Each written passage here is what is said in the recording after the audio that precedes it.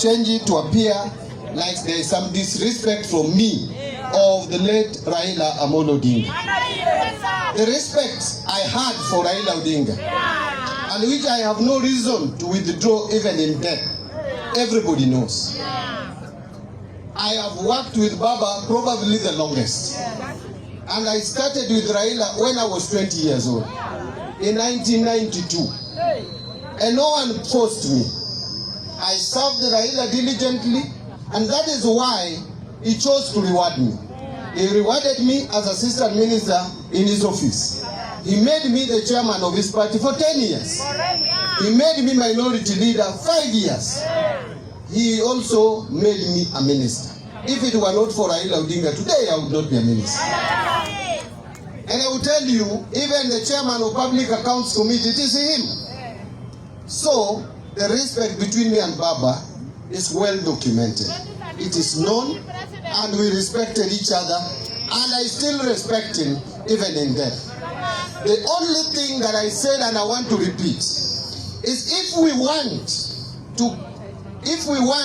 to maintain the legacy of Baba, then we must keep ODM strong and united. We must keep ODM strong and united. At the moment, we have leadership of ODM, and we chose Oburu not simply because he's Raila's brother. No. Oburu respected his brother. I still remember 1994, 1995, 1996 up to 97. All Nyanza leaders who were elected had abandoned Raila, except a few. I only remember of Tom Onyango, who was the MP for Nyatike. I remember Owina Chola, the MP for Migori that time. I remember the late Orojode. Those are the people who respected Raila and supported Raila. I still remember it was only Jobo Mino from Kisumu, and it was only Oburu Odinga from the entire Siaya who stood with his brother. Oburu Odinga has a wealth of experience. He could be old, but he's mentally smart. And there is nowhere that Raila sought advice without starting with Oburu Odinga.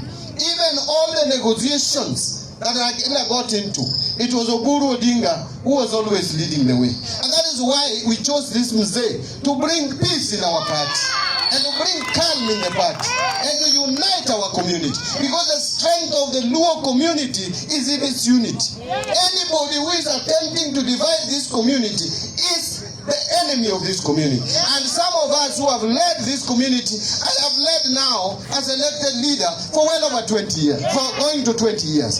We are not going to allow anyone to divide our community in a way that we are going to lose our voice in the national debate. And that is something we are not ready for. And therefore, we will support Oburu, we will support Gladys Wanga. If you are showing in the Luo culture and customs, there is not even the terminology of an uncle.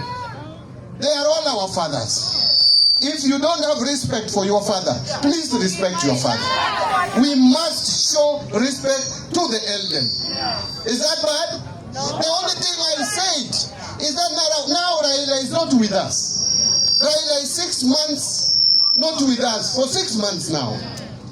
He has not been with us for 6 months.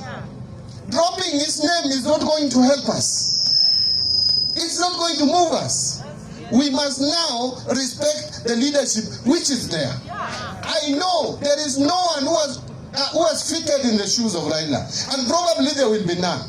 Even if there will be one, it will take time. But as we are, we must start thinking that as a community, our pillar is gone, but we still have a future. We must still soldier forward. Sawa sawa. Yesterday niliona watu wengine they are trying to advise me how to be a minister for finance. You can't. You have no capacity to advise me. I have been chairman of ODM under Raila Odinga for 10 years. It's not a mean achievement. I have been minority leader for 5 years. It's not a mean achievement. I am now minister for 2 years. It's not a mean achievement. I was assistant minister in the office of the Prime Minister. It's not a mean achievement. You can't come from nowhere to start advising me. First, seek an elective position. Be elected. And then people will start also nurturing you as a leader going forward.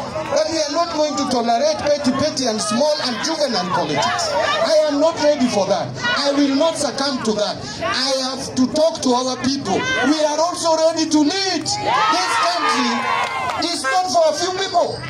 I am ready to lead. Who tells you I cannot lead? I am ready to lead this country, even going forward as the president, not just as any other person.